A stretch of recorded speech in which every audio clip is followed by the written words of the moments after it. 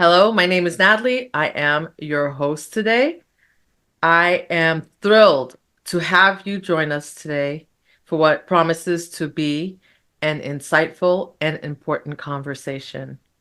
And today we have the privilege of speaking with Mr. Gary C. Juste, a retired minister, counselor of the Foreign Service for the U.S. Agency of International Development, USAID, and former USAID Mission Director for Haiti and Mali, and former senior government advisor for Libya. Gary's extensive experience and leadership with USAID have made him a trusted expert in international development, particularly in the context of Haiti.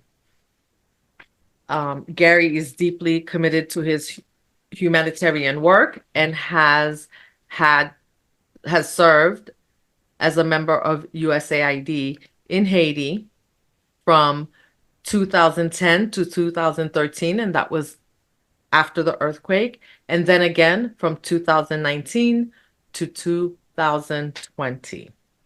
Today's discussion will focus on Haiti's current state of affairs. Why is Haiti in its current condition? And putting Haiti on the roadmap to self-determination.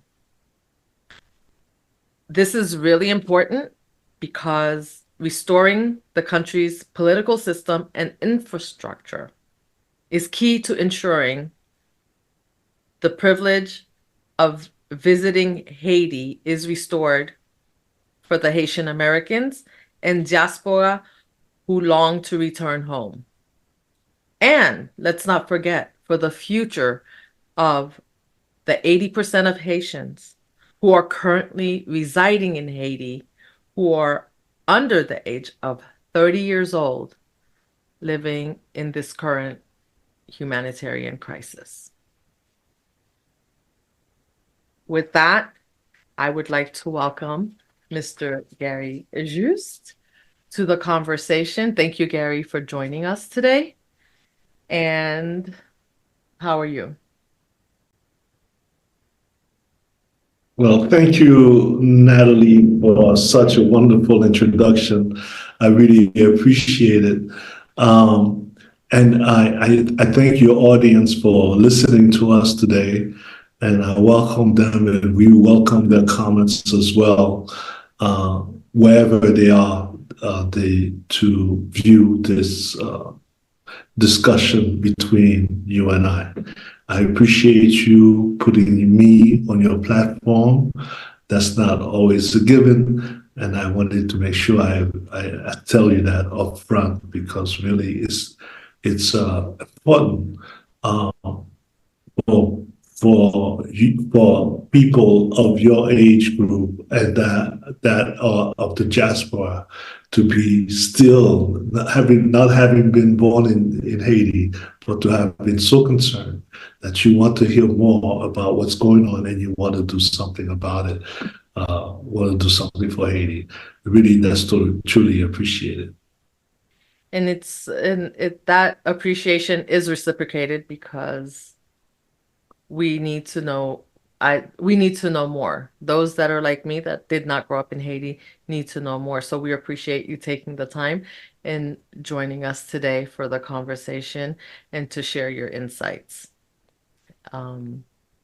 Appreciate it. So let's get into the conversation. I'm sure everybody's ready to hear what you have to say. So my first question for you is that you immigrated from Haiti to the US in 1968, became a citizen, and circled around the world, including helping the country that you left so many years ago.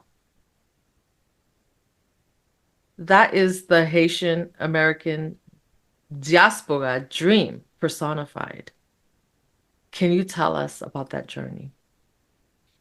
Well, first of all, I want to thank God for having put me in this position. in the positions that God has placed me, because it's not a given that I would have gone down this road to help Haiti. And I have to say that this is a dream that I had, not even a dream, but really something that I wanted to do from the time I was 16 years old. I guess that goes back to 1974, even. Ooh, I'm telling my age. But anyway, yes, it goes way back. It goes way back when I was in high school, and I thought, how can I help Haiti? Because Haiti has always been in dire straits for real. It's just worse today than it ever has been from my days in high school to where it is today.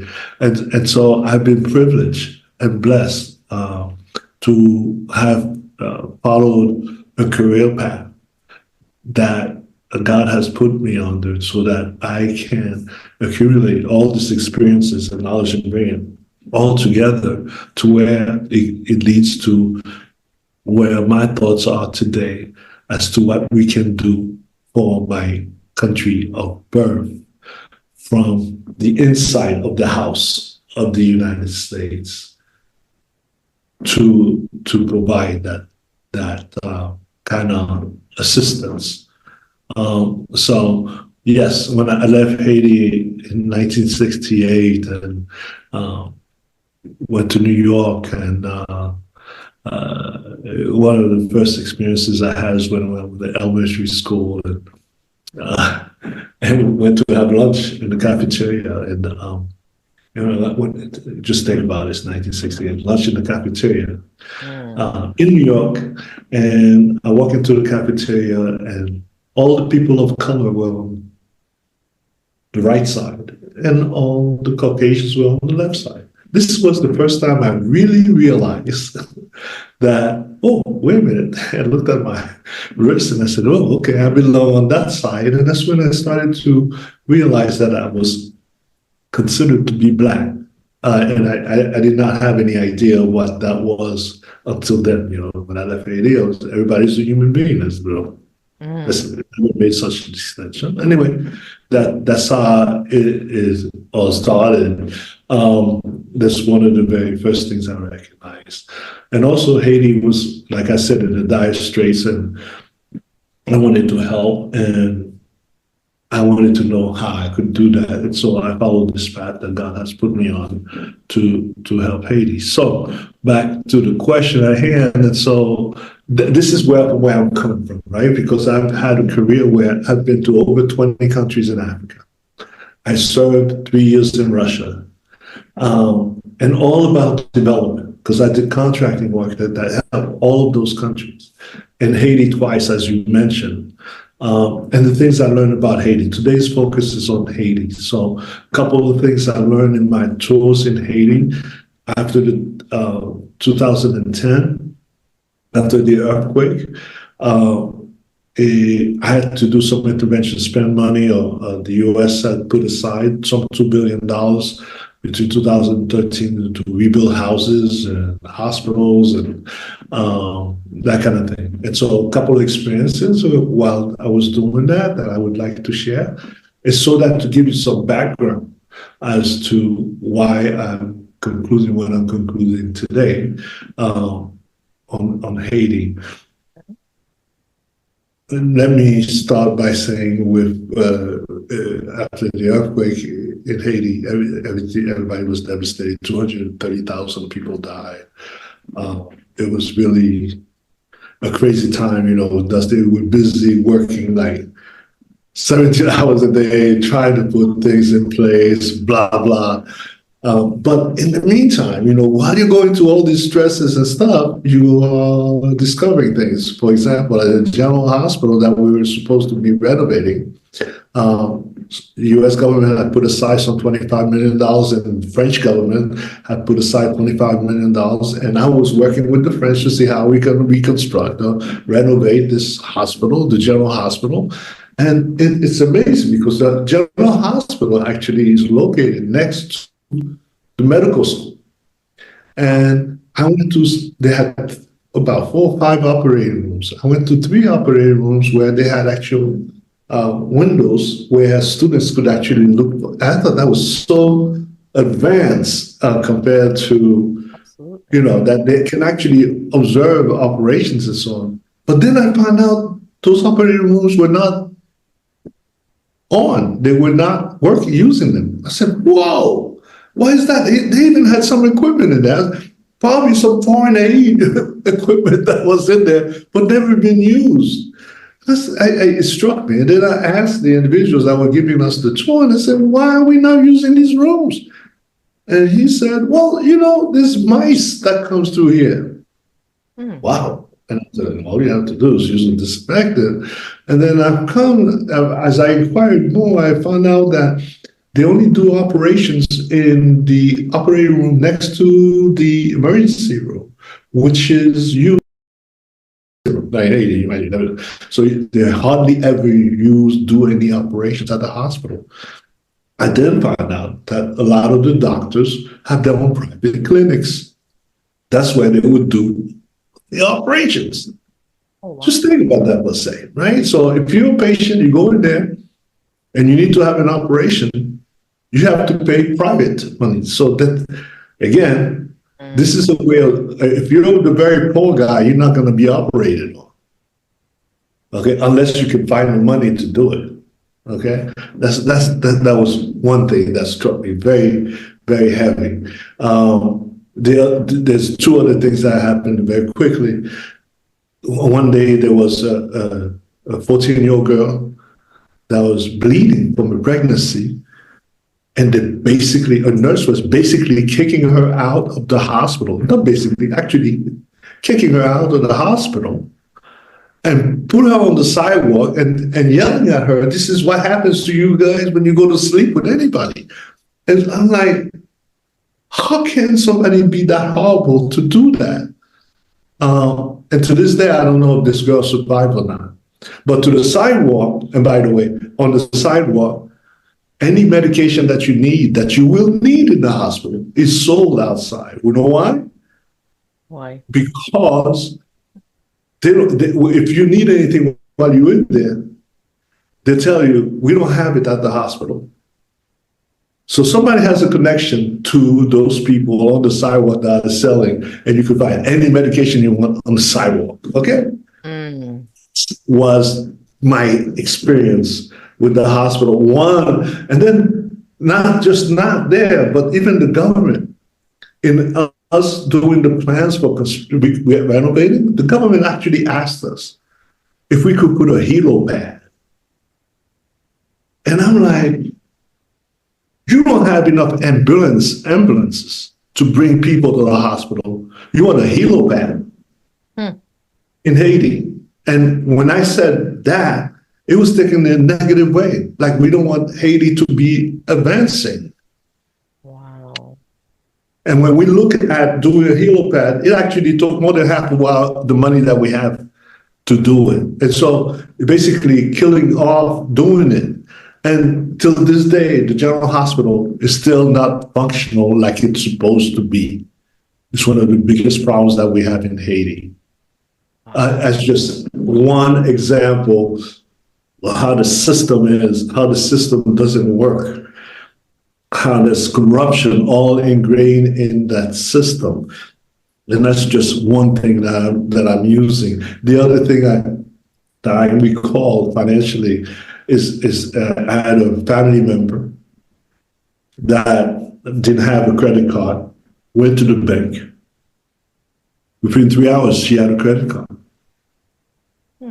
That's when I realized, I looked at my skin again. Light skin has privileges in Haiti.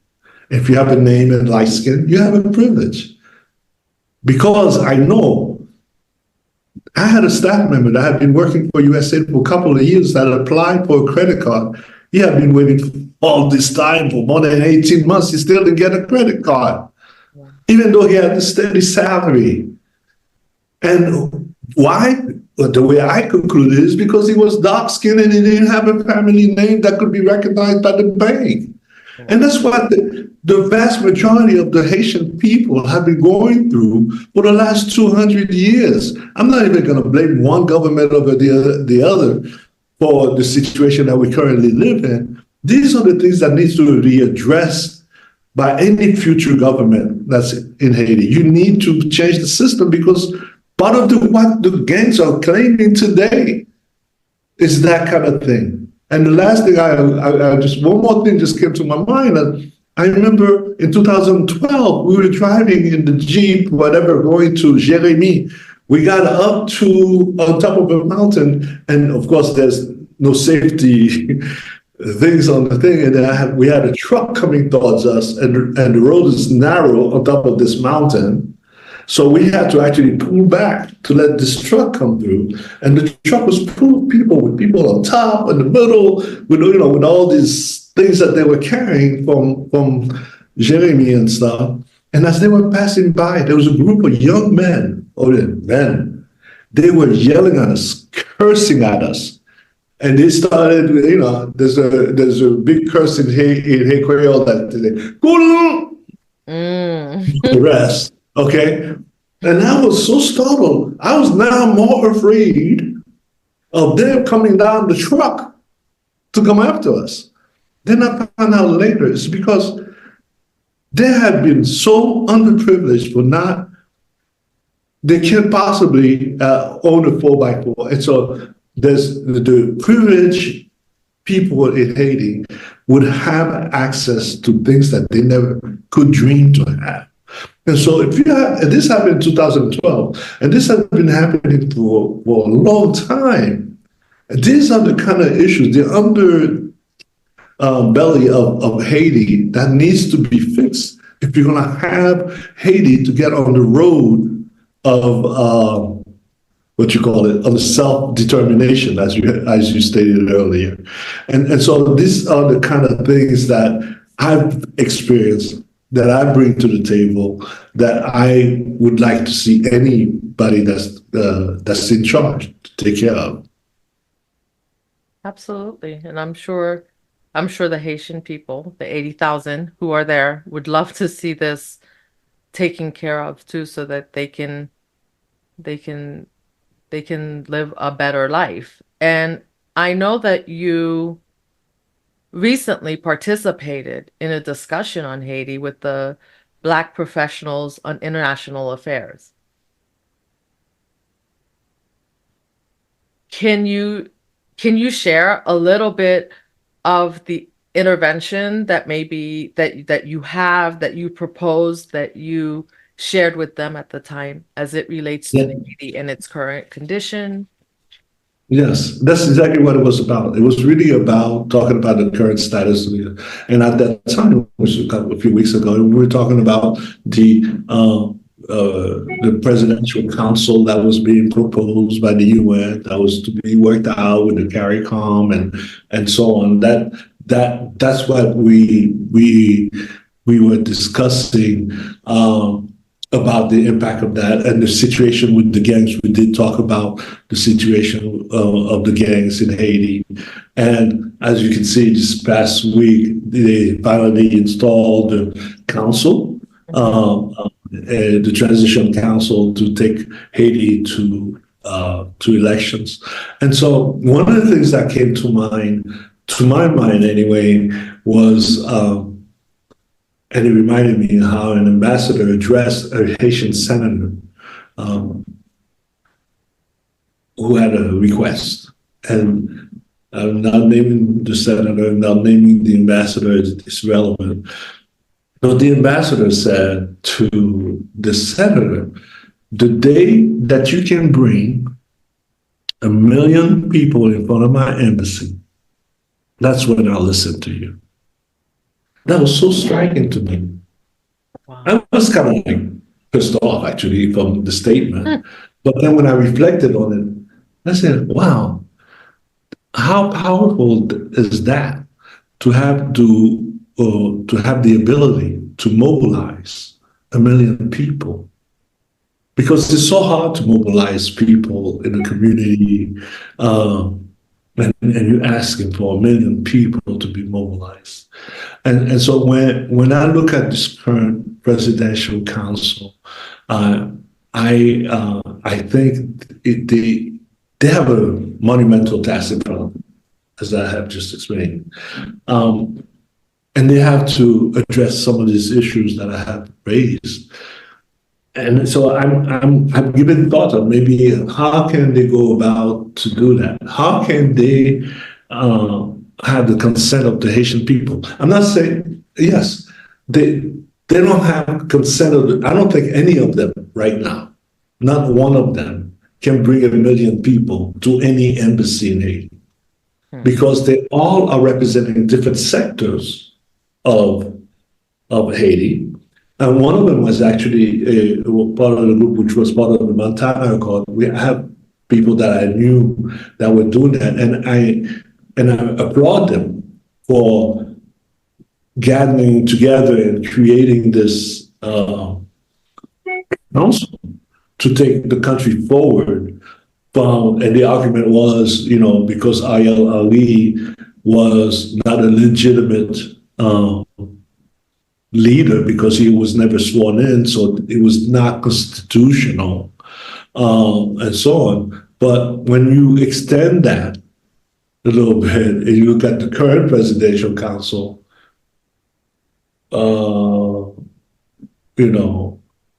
where's the Haitian people that did to get the Haitian people consent?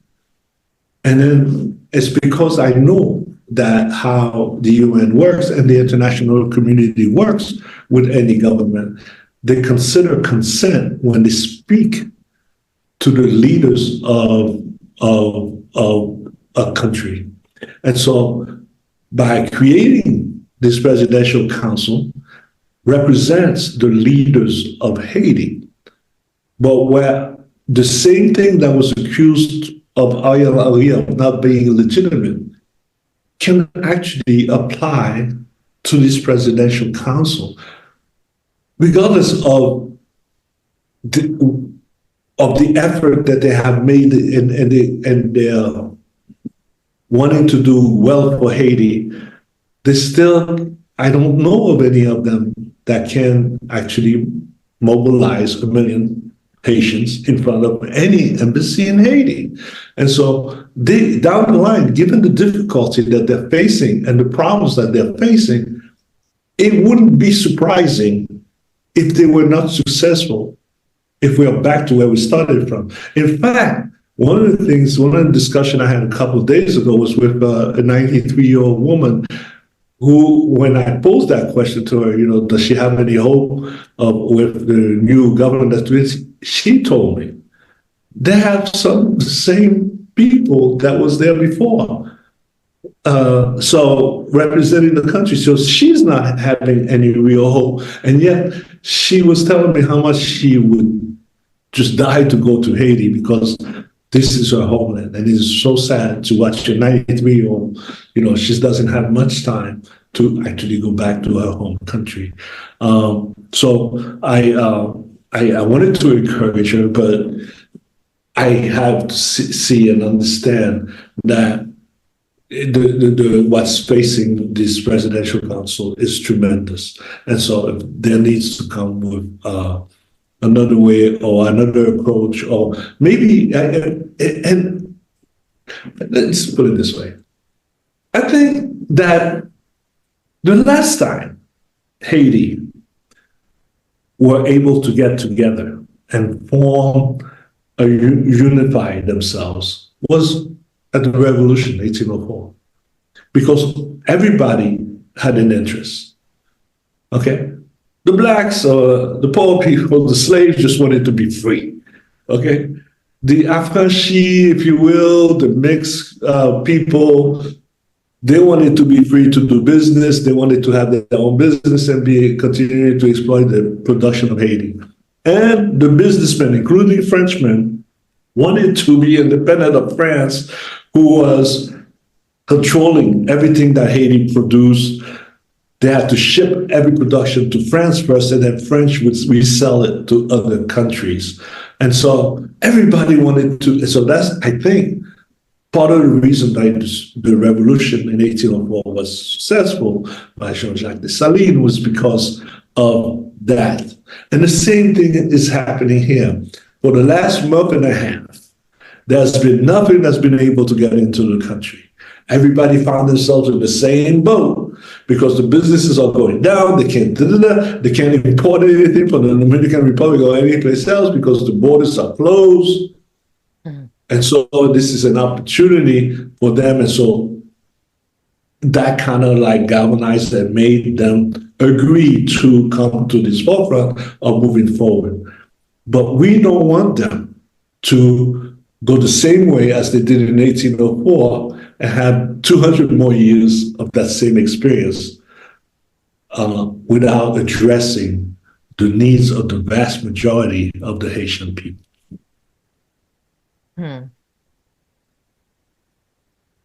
It's a lot. It's a lot that the council currently has on their hands, specifically because they are, as you mentioned, I don't know, maybe they've been part, like a lot of this has been part of the problem, but regardless, the situation that Haiti is in right now, this is required to somewhat restore order and get some supplies into Haiti to help the Haitian people. But this is That is a good point, Natalie, that there were some of these people were part of the problem. This just hit me because the current gang situation, one could ask, how did this gang get so much power? They have so much power that they blocked the prime minister from coming back from Kenya. Think about that for a second. They had so much power that a lot of the embassies had to evacuate their staff. They had so much power that they were able to block the ports, the airports, and currently the situation that we don't have any drugs coming in and so on. People are being blinded every day because they don't have anything to put in their eyes other than cataract.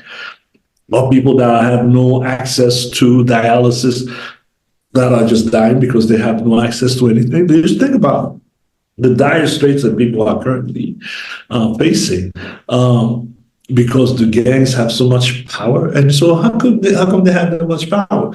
I go back to I'm not saying that's the genesis, but a big part of it started in 1995, because in 1995 we disbanded the army, okay, that provided countrywide security, and when we disbanded the army, the president then decided to have his own private security. And by having his own private security, all of a sudden the private sector said, whoa, wait a minute, we need to provide security for our own selves. So everybody started to finance their own private armed groups. And then it divulged into all the elected officials as well. So if you wanted to run for senator in Haiti, you actually had to have your own security.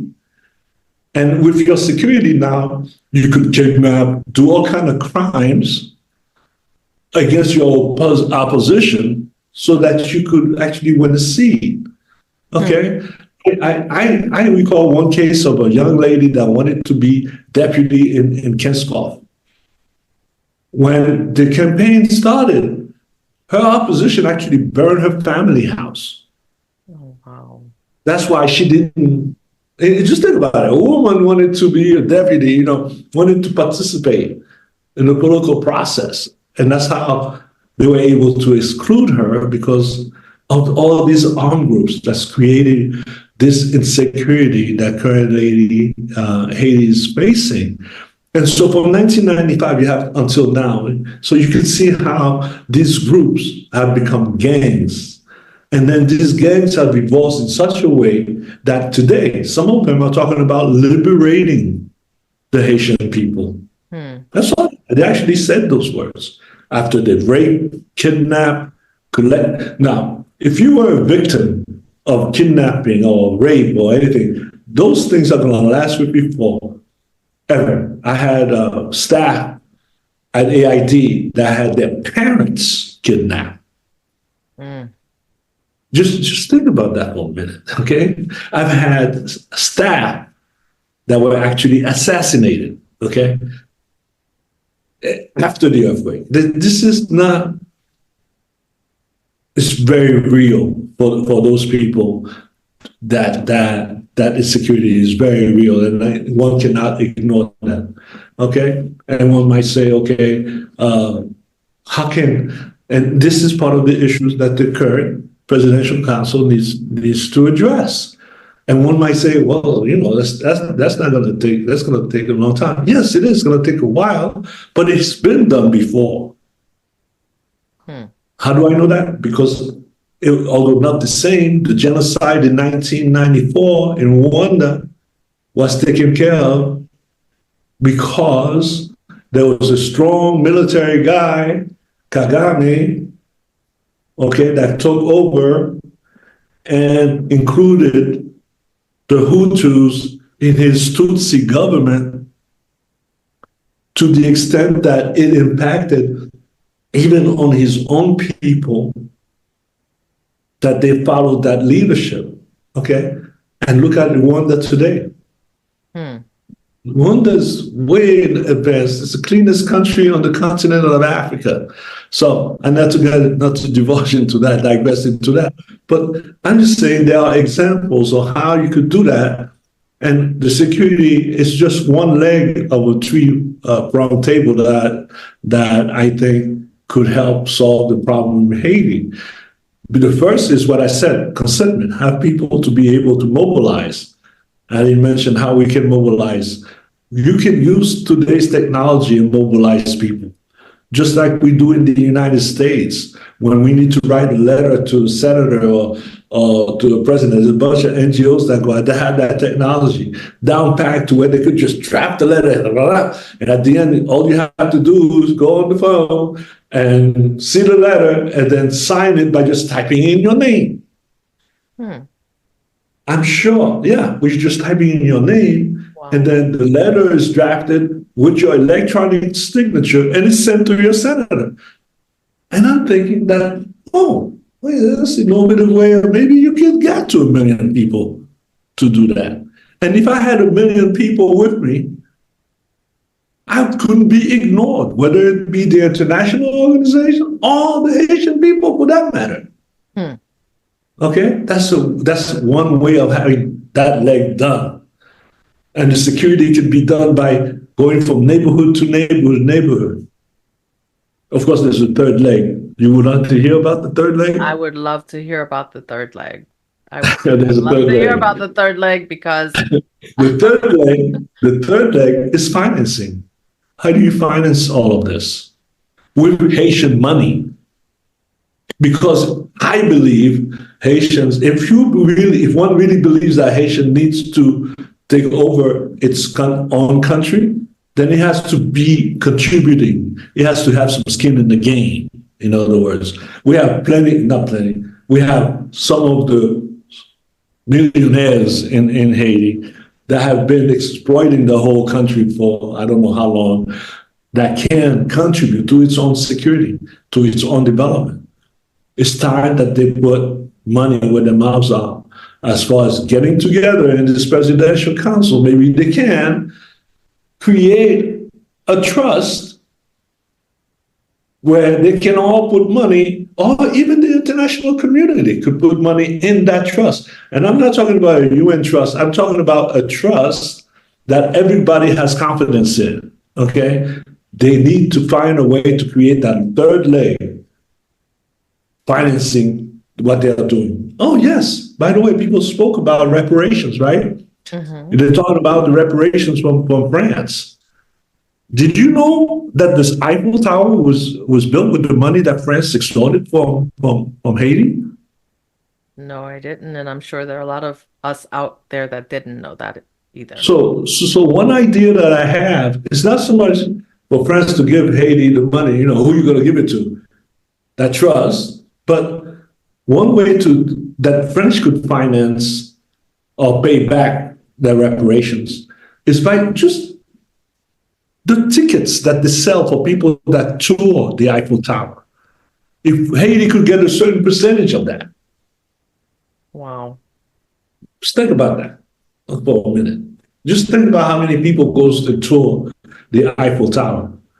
That would We're not asking to have an impact on the French economy or whatever it was. whatever it is. But there are ways to do things. We need to think of different ways we can approach this.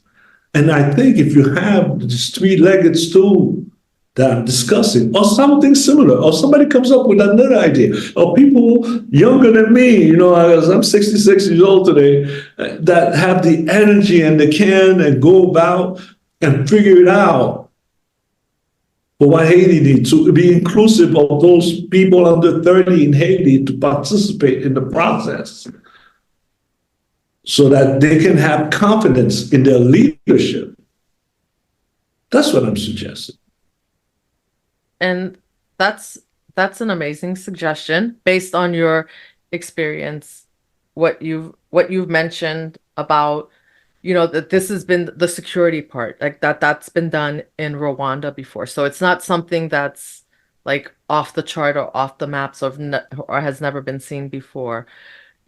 Suggesting reaching out using technology to reach out to a million people in Haiti. I mean, this task that the council has is not for the faint at heart. And they also are facing the fact that there's not trust in them by the Haitian people. And having this million, it sounds like having a million people that could vote, that they could have, that could stand by them, and that could make this a truly Haitian-led solution for those 80% of the Haitians that are in Haiti under the age of 30 that are suffering right now would be amazing. But how do we get this solution to this transitional council? How do we get them to listen? How do we get them not to repeat what's already been done that has not worked? How does that happen? Well, it starts with you and I talking about it and putting it on the web, sharing it with our friends and families. That's how we do it. We put it on the net. That's why we use technology, you'll see, also to communicate. Everybody's using social media. People can say, oh, no, this, by the way, it's not a vote that the Haitians would provide us. This is not an election, the consent. You can obtain the consent. It's not a vote. It's them using technology. For example, when people say that, no, not every Haitian has a telephone. That's true. But I know for a fact there are people which a lot of people have access to the web because they get all their information from the web and so on. And I know particular families that have 10 people on the same phone. The mother and family, the father, and everybody's using the same phone, but they have their own individual access to emails or access to their own sites. And so one can figure that out, especially people that are under 30, they can figure that out. I really believe that's a very visible way of doing it. So yes, let's share this. Let's participate. Let's do what we can. Let's use what God has given us as abilities to contribute to Haiti's future. Absolutely. And that's why we're here today, right? Like you, as you mentioned, hopefully my hope, and I'm sure your hope, is that this does reach the council. I mean, maybe they can, and I know that to you, whether you're involved or you're not involved is not that's not the issue. The issue is that somebody take the lead. Someone needs to take the lead and make this happen in a way for the Haitian people that makes this sustainable, that gives them sovereignty, self-determination. And all of it starts with us, doesn't it? It starts with whoever's watching, all of you watching out there. It starts with you.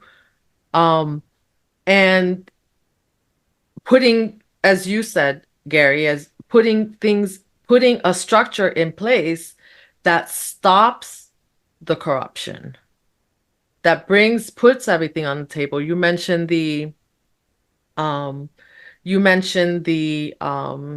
I can't think of it right now, but the finances, the financial part for Haiti.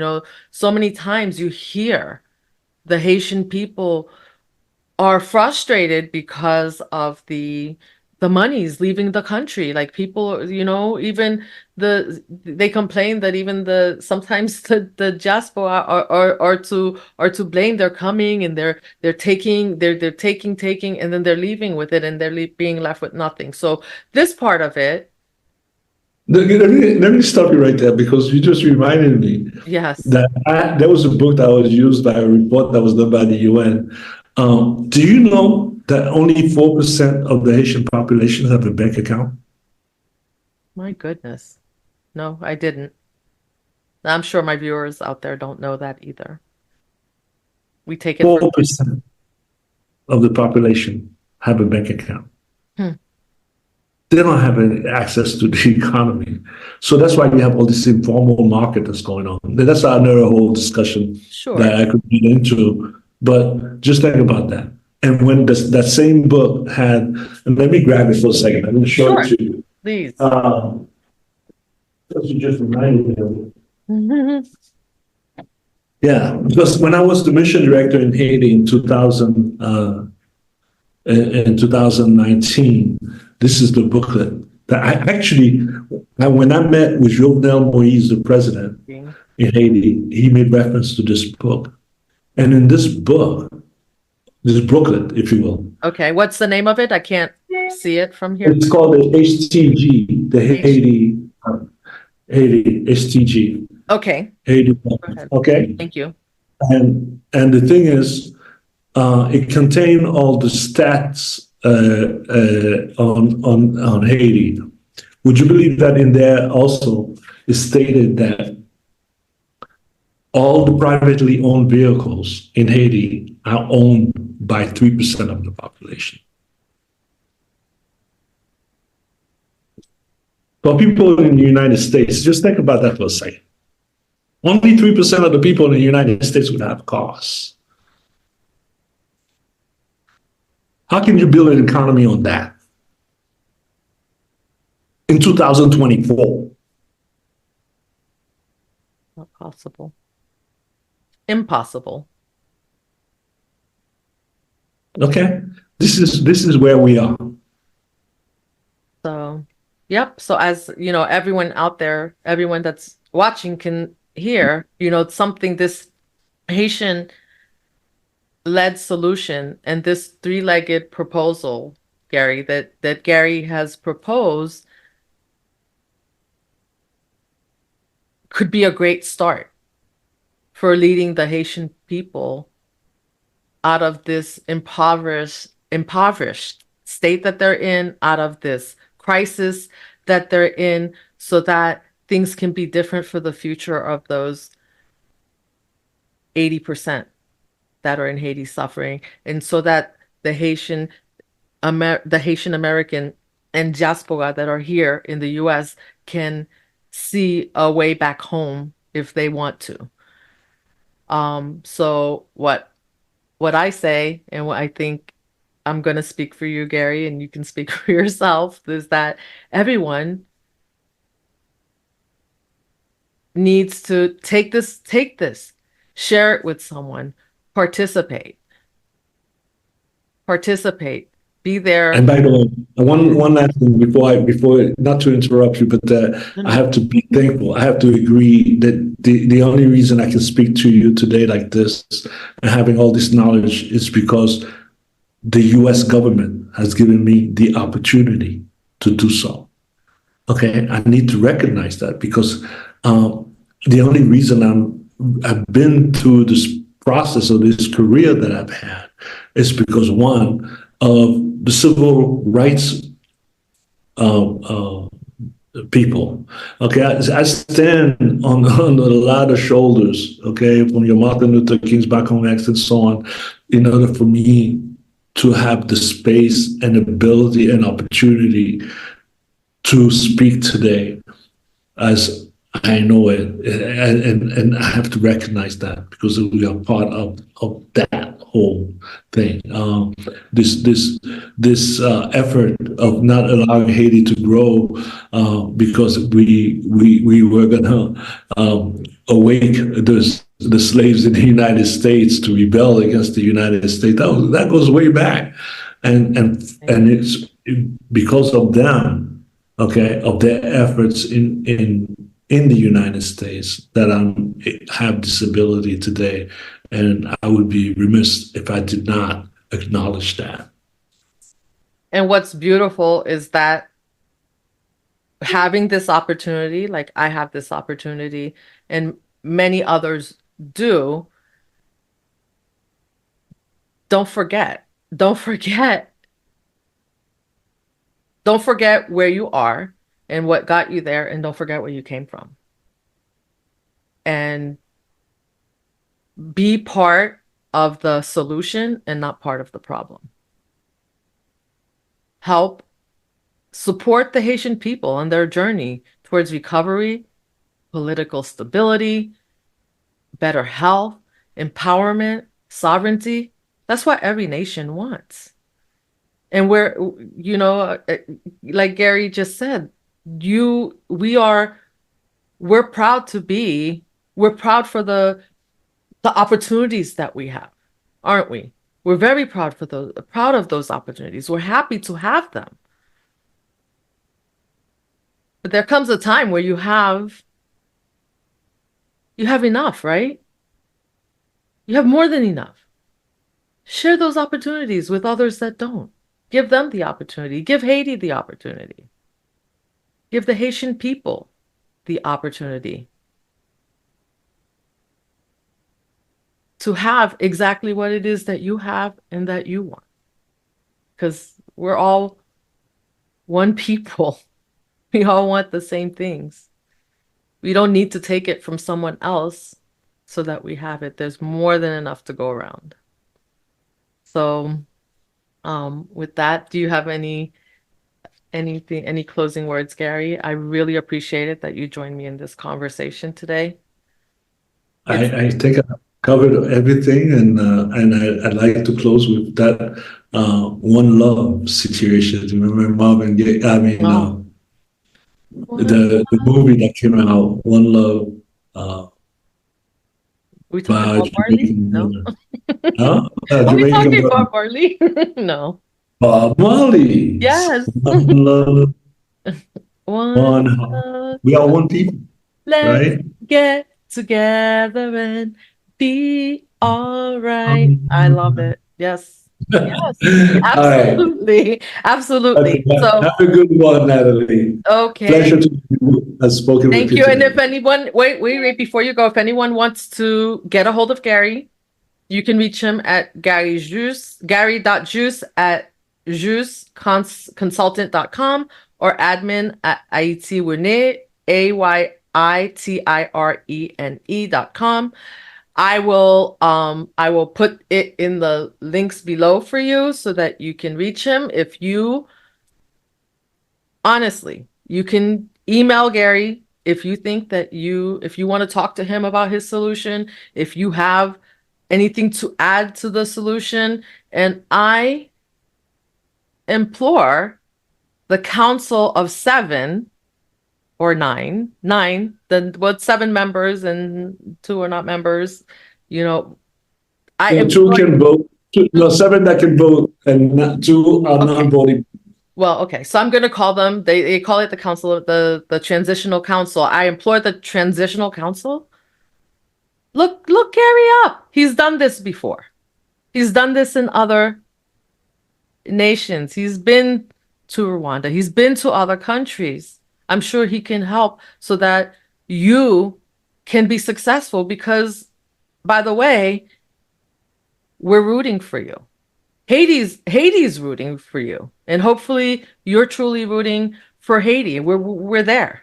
So I thank you. I thank everyone. Subscribe, share this with your family, share this with your friends, share this with everybody. And let's help Haiti get out of the situation that they're in and put them on that path to self-determination and sovereignty. I thank you.